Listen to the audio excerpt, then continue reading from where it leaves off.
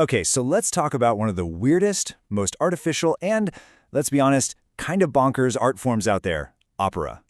It feels so unnatural, right? Like it had to have been beamed down from space or something. But nope, it was invented, on purpose. So, let's dig in and figure out how this incredible, totally impossible art form was born. I mean, this is the big question, right? It's the one thing that trips everybody up, whether you're totally new to opera or not. Why? Why are they singing a conversation? Why are they singing about passing the butter or declaring war? It's just strange. And hey, if you've ever felt that way, you are definitely not alone. Yeah, this quote just nails it. Think about it. In real life, when you're super happy or completely devastated, you don't just pause everything and bust out a perfectly crafted 3-minute song. So where did this bizarre tradition even come from? Well, turns out it wasn't an accident. It was a full-on invention. Right, and that's the part that's so wild. See, opera didn't just happen. It wasn't some slow evolution from, folk music or whatever. It was invented, deliberately, by a specific group of people at a specific time who were trying to bring something back from the dead. And here's the kicker. The people who invented opera, they weren't even trying to make something new. Not at all. They were actually trying to resurrect something ancient. They were on a quest to solve this huge puzzle that had stumped everyone during the Renaissance. So yeah, to get this, we got to put on our nerdy Renaissance scholar hats for a second. Because the story of opera doesn't start in a fancy theater. It starts in a room full of intellectuals who were completely obsessed with the ancient world, and especially with the lost power of Greek tragedy. Okay, so here's the problem these guys were up against. They had the scripts. They could read the incredible words of Sophocles and Euripides. And all the ancient writers, Plato, Aristotle, they all went on and on about how these plays had this mind-blowing emotional power. And they said the secret was the music. But the actual music, it was gone. Poof, vanished. They had the lyrics, but the actual tunes that made people cry and shake in their seats, lost forever. So how do you even begin to rebuild a sound you've never heard? Well, you start with a big idea. And their big idea was called the doctrine of affections. The core belief was that music wasn't just pretty noise. It was a scientific tool for manipulating emotions. They truly believed that certain combinations of notes and rhythms could physically create specific feelings like joy or anger or peace inside a person. It was like emotional engineering. And honestly, it's an idea we totally still use today, right? Every time a movie soundtrack makes you tear up or a gym playlist gets you hyped, that's the doctrine of affections at work. And that brings us to Florence, Italy. In this group of brainiacs, known today as the Florentine Camerata, we're talking poets, musicians, philosophers, the whole crew. And sometime in the 1580s, they basically decided, all right, we're going to be the ones to crack this thing. We are going to rebuild Greek tragedy. Now, to pull this off, they had to throw out the most popular music of their time, which was called polyphony. You've heard it. It's that super dense, complicated church music with tons of voices all weaving in and out. It's gorgeous, no doubt, but good luck trying to understand a single word. So they came up with something totally radical, a new style they called monody. Super simple, just one singer with some basic chords underneath. And the whole point, the absolute key, was that the words were now in charge.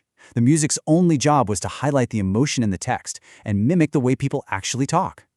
So, in the year 1600, it was showtime. They put their big theory into practice.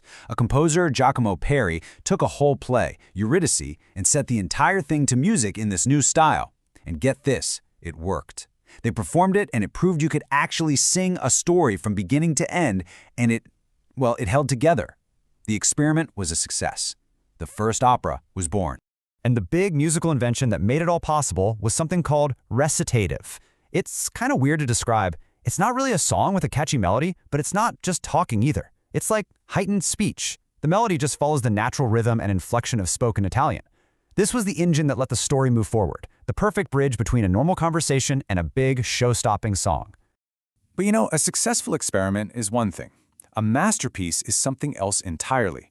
The guys in Florence had built the engine, but it took an absolute genius to take that engine and build a supercar. And that genius's name was Claudio Monteverdi. I mean, just look at how fast this all moved. It's incredible. In the 1580s, it's just a theory being kicked around by some scholars. By 1600, you have the first working model. And by 1607, you have the first masterpiece. We're talking less than 30 years from a crazy idea to a monumental work of art. That's not evolution, that's a flat-out revolution. So yeah, 1607, just 7 years after that first experiment, Monteverdi drops his first opera, L'Orfeo, and the jump in quality, it's just staggering. Peri's opera showed that you could make a sung drama, but Monteverdi's L'Orfeo showed why you would ever want to. This was the moment everyone realized the insane emotional potential of this new art form. And Monteverdi just threw the entire kitchen sink at this thing. We're talking a massive orchestra, like over 40 instruments, which he used to paint these incredible sonic pictures. He used way more than just that simple recitative. He wrote beautiful songs called arias, powerful group numbers, the works. But the really mind-blowing thing was his use of harmony. He'd hit you with these jarring, clashing chords to show you a character's inner turmoil. It was the first time an opera character felt, well, psychologically real. But it was Monteverdi's next opera that would really get to the heart of what this whole thing was about. This is where we finally understand why you would ever sing your feelings. Just a year later, in 1608, he writes another opera, L'Arianna, and it's an absolute tragedy that almost the entire score has been lost to time. All we have left is one single devastating scene. It's a lament sung by the heroine Arianna right after the love of her life has ditched her on a deserted island. It starts with just 3 words, lasciatemi morire, let me die. And from that one cry of despair, we get 5 minutes of the most gut-wrenching music you can imagine. It's so simple, so direct, and it just crushes you. The music isn't about grief anymore. It is the sound of grief. We know from people who were actually there that the audience just openly wept. And that right there is the whole secret. They weren't just watching an actress pretend to be heartbroken. The music was making them physically feel Arianna's despair. They weren't just watching an emotion from a distance. They were living inside it. And that is opera's superpower. That's why it works. See, in real life, a powerful feeling might hit you and be gone in an instant. But music can take that one single second of emotion and stretch it out.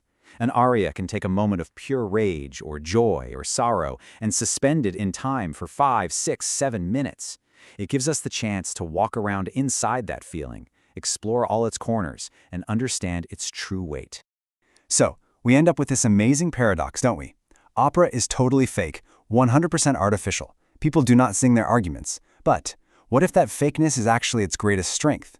What if by being so unrealistic, opera can actually show us a deeper, more powerful emotional truth than realism ever could? Maybe by leaving the real world behind, we find something even more genuine. Something to think about. Thanks for joining me.